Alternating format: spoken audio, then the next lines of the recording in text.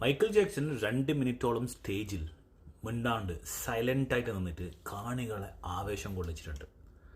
അതുപോലെ ഒരു 8 മിനിറ്റ് സൈലൻ്റായി നിന്നിട്ട് കരയിപ്പിച്ച ഒരു ഫുട്ബോളർ ഉണ്ട്, അറിയോ? വാ പറഞ്ഞുതരാം.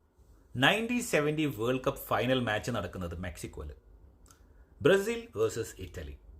അന്ന് 4 ഗോൾ അടിച്ചിട്ട് ഇറ്റലിക്കാരെ പരിപ്പിളക്കി ബ്രസീൽ. കരഞ്ഞുകൊണ്ടിരിക്കുന്ന അച്ഛനെ നോക്കിയിട്ട് 3 വയസ്സുള്ള ഒരു മോൻ പറഞ്ഞ്, അച്ഛ ഇവരെ തോപ്പിച്ചിട്ട് ഞാനൊരു ദിവസം കപ്പ് എടുത്തിട്ട് വരും, വേൾഡ് കപ്പ്, വെറും കപ്പല്ല.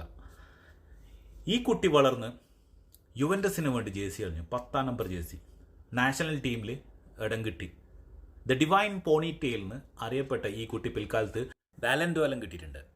അങ്ങനെ 1994 world cup final, Italy versus Brazil.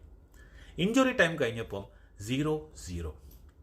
കാണികൾ ആവേശം കൊള്ളിച്ച ആ ഒരു മാച്ച് പെനാൽറ്റി ഷൂട്ടൗട്ടിലേക്ക് പോയി.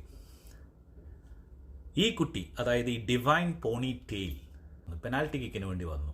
എല്ലാവരും ഉറ്റുനോക്കുന്ന ഒരു മികച്ച കളിക്കാരൻ, scorer, good scorer, best scorer in the whole tournament, penalty അടിച്ച് പുറത്തായിപ്പോയി.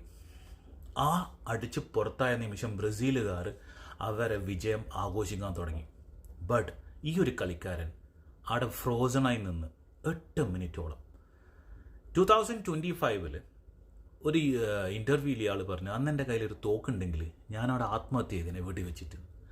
അങ്ങനെ ദ ഡിവൈൻ പോനി ടെയിൽ എന്ന് ചെല്ലപ്പേരുള്ള ഈ ഒരു മനുഷ്യൻ പിൽക്കാലത്ത് the man who died standing എന്ന് അറിയപ്പെട്ടു. യെസ്, നമ്മുടെ സ്വന്തം റോബർട്ടോ ബാജിയോ. ചില തോൽവികൾ അങ്ങനെയാണ്, നമുക്ക് ആക്സെപ്റ്റ് ചെയ്യാൻ കഴിയില്ല, അല്ലെങ്കിൽ അത് എത്ര കൊല്ലം കഴിഞ്ഞാലും മറക്കാൻ കഴിയില്ല. അപ്പം ഓക്കെ, ബൈ.